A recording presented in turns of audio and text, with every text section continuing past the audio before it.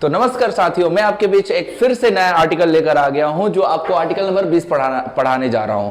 और गाइस, मैं आपको ये बता दूं, इस बात के लिए थोड़ी सी आपकी नाराजगी होगी मेरे से कि मैंने बीच में वीडियो नहीं डाला आर्टिकल का, और मेरे आप वीडियो को बहुत ज्यादा मिस कर रहे होगे। अफसोस मेरे को ही मिस कर रहे होगे। डोंट वरी, मैं चलिए आपको बताता हूं कि आर्टिकल 20 क्या है। अभी तक हमने बड़े ही मजे से आर्टिकल 19 तक पढ़ा था कि हमारा भाग 1 क्या है, भाग 2 क्या है और भाग 3 क्या है, और भाग 3 के हम आर्टिकल नंबर 20 में हैं, क्योंकि हम जानते हैं बेटा कि भाग 3 जो हमारा है मौलिक अधिकार है, और मौलिक अधिकार के साथ साथ ये हमारा मौलिक अधिकार ऐसे है कि हमारी पूरी जीवन के ढांचा को बनाने और संवारने में बहुत ही ज्यादा मदद करता है। मैं आपको ये चीज भी बताया भी है और बता भी रहा हूं कि संविधान ही है और ये हमारा जो अनुच्छेद ही है जिसने हमें निचले स्तर से ऊपरी स्तर के लाने का काम किया है। बाबा भीमराव अंबेडकर की फिर जय हो, फिर हमारे संविधान जो संविधान बनाए हैं उनकी जय हो। आइए चलते हैं आर्टिकल नंबर 20।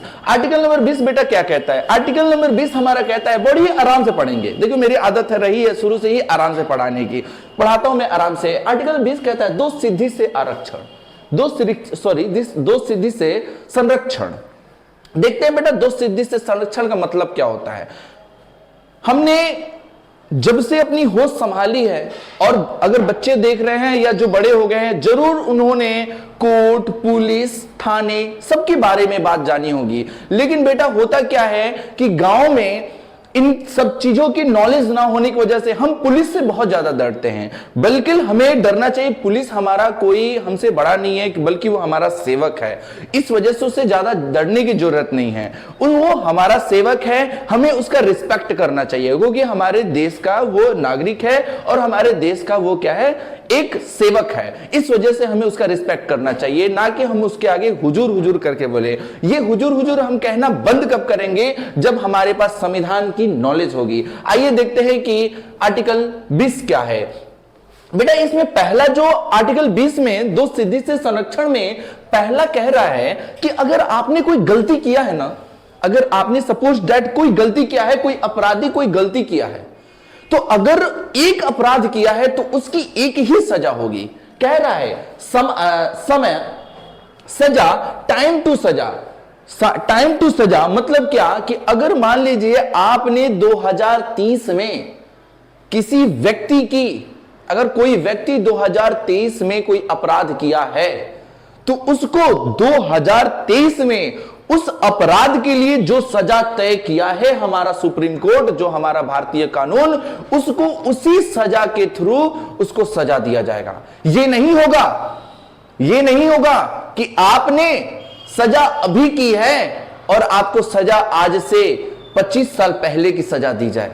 ऐसा नहीं होगा कि अगर सजा गुनाह आज आपने किया है तो आपको उसकी सजा 25 साल बाद जो आने वाली रूल है उससे दी जा रही है। नहीं, अगर आज आपने सजा की है ना, अगर आपकी गलती प्रूफ हो रही है कोर्ट में, तो आज के डेट में जो कोर्ट के पास आपकी गलती के लिए सजा होगी, 25 साल बाद अगर आप वो आपकी टाइम आ रही है फांसी देने की, तो वही चीज दी जाएगी, अदरवाइज कुछ नहीं दी जाएगी। आइए आगे देखते हैं सेकंड नंबर क्या कह रहा है।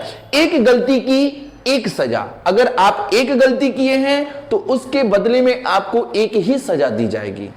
ये नहीं कि आपने एक गलती किया है तो उसके बदले में आपको 2-4 सजा दिया जाए। नहीं, मैं आपको एक बड़ी ही इससे रिलेटिव एक कहानी बता रहा हूं। राजस्थान के जेल में एक जेलर था और उसमें एक अपराधी था। राजस्थान के जेल में एक जेलर था और एक अपराधी था। उसकी लास्ट दिन थी, उसको आज फांसी लगने वाला था। वो अपराध कोई व्यक्ति करके गया था जेल में, आज उसकी फांसी लगने वाली थी। हुआ क्या बेटा, जब आप लोग भी मूवी वगैरह में पूरा देखे होंगे, सब लोगों ने देखा होगा कि जब जेलर जाता है अपराधी के पास, पूछता है कि बताओ तुम्हारा आखिरी ख्वाहिश क्या है, तो उसने वैसे ही बस जुमले उसने पूछ दिए उससे कि बताओ तुम्हारी आखिरी इच्छा क्या है। उस अपराधी ने उस जेलर से पूछा, क्या बात कह रहे हो सर, जो आप हमसे पूछ रहे हो आप होशो हवास में पूछ रहे हो? उसने कहा हाँ हाँ बिल्कुल, मैं एकदम होशो हवास में रहकर ये इस बात को पूछ रहा हूं कि तुम्हारी आखिरी इच्छा क्या है बताओ। पता है उस जेलर से उस अपराधी ने क्या कहा? कहा कि सर मेरी आखिरी इच्छा है कि मैं आपकी बेटी से शादी कर लूं। पता है सर उसने क्या किया? उस जेलर ने उस अपराधी को एक ऐसा खींच के तमाचा लगाया कि उसकी थप्पड़ की आवाज उसके आसपास के लोगों तक पहुंची। लेकिन बेटा वकील वहां का जो था, उस व्यक्ति का जो वकील था ना, बहुत ही पढ़ा लिखा था, नॉलेजफुल था। जैसे ही उस थानेदार ने उसको थप्पड़ मारा, जैसे ही थानेदार ने उसको थप्पड़ मारा, वकील बोला कि सर अब हो गया आपका। उसने बोला कि क्या हो गया? कि सर आपने संविधान के आर्टिकल नंबर 20 नहीं पढ़ा है क्या?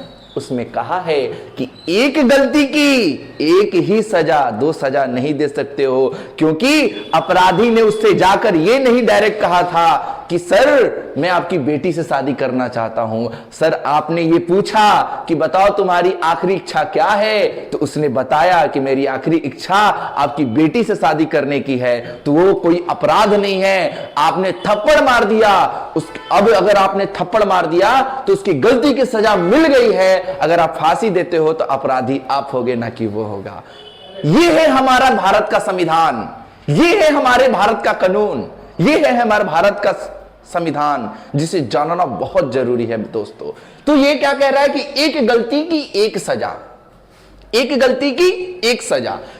तीसरा इसका पॉइंट है बेटा, आप अपने लिए कोर्ट में गवाही नहीं दे सकते। आप कहोगे ना कि आप चाहे कितने बड़े वकील हो, अगर कितने बड़े बाहुबली हो, एकदम कुछ भी हो, डजंट मैटर, अगर आपने गलती किया है ना, अगर आप अपराधी हो, तो आपकी सजा, आपकी बयान कोर्ट में मान्य नहीं होगी। चाहे आप कितने बड़े नेता क्यों ना हो, चाहे आप कितने बड़े गुंडे क्यों ना हो, चाहे आप कितने बड़े अधिकारी क्यों ना हो, चाहे कितने बड़े बड़े आप बाहुबली क्यों ना हो, आपकी गवाही कोर्ट में मान्य नहीं होगी। यह है बेटा हमारा आर्टिकल नंबर 20 जो हमें अधिकार देता है। अरे संविधान वो चीज है जो हमें जीने का तरीका बताता है, संविधान वो चीज है जो हमें जीना सिखाता है, संविधान वो है जो हमें जीने का अधिकार देता है। अगर कोई जीने का अधिकार हमसे छीन रहा है तो हम उसके गले में हाथ डालकर अपने अधिकार को छीन सकते हैं। ये है संविधान। ये संविधान ये नहीं देखता कि कौन हिंदू है, कौन मुस्लिम है, कौन सिख है, कौन ईसाई है। संविधान है, संविधान है, वो सबके लिए है। आइए देखते हैं। अब बेटा इसमें एक इंटरेस्टिंग और नोट में एक चीज आता है। होता क्या है, गांव में या शहरों में कोई व्यक्ति अपराध कर दिया। मैं एक एग्जांपल दूं, आप लोग सुनोगे एग्जांपल, बहुत ही इंटरेस्टिंग एग्जांपल है। कन्हैया कुमार का नाम सबने सुना होगा। देखिए मैं किसी राजनीतिक पार्टी से ताल्लुकात नहीं रखता हूं, लेकिन एक देश में ये मुद्दा चल रहा है तो मैं आप लोग को ये एग्जांपल बता दे रहा हूं। कन्हैया कुमार का नाम सबने सुना होगा। तो कन्हैया कुमार को इस सरकार में अपराधित घोषित, मतलब लोग कह रहे हैं। बेटा ये बताओ, अगर वो अपराधी घोषित हो गया होता तो क्या वो ऐसे देश के इस छोर से उस छोर तक भारत जोड़ो यात्रा में राहुल गांधी के साथ पैदल चलता? अरे हमारी भारत की कब की पुलिस उसको पकड़कर जेल के अंदर कर दी होती। लेकिन नहीं बेटा, हमारा संविधान कहता है कि जब तक किसी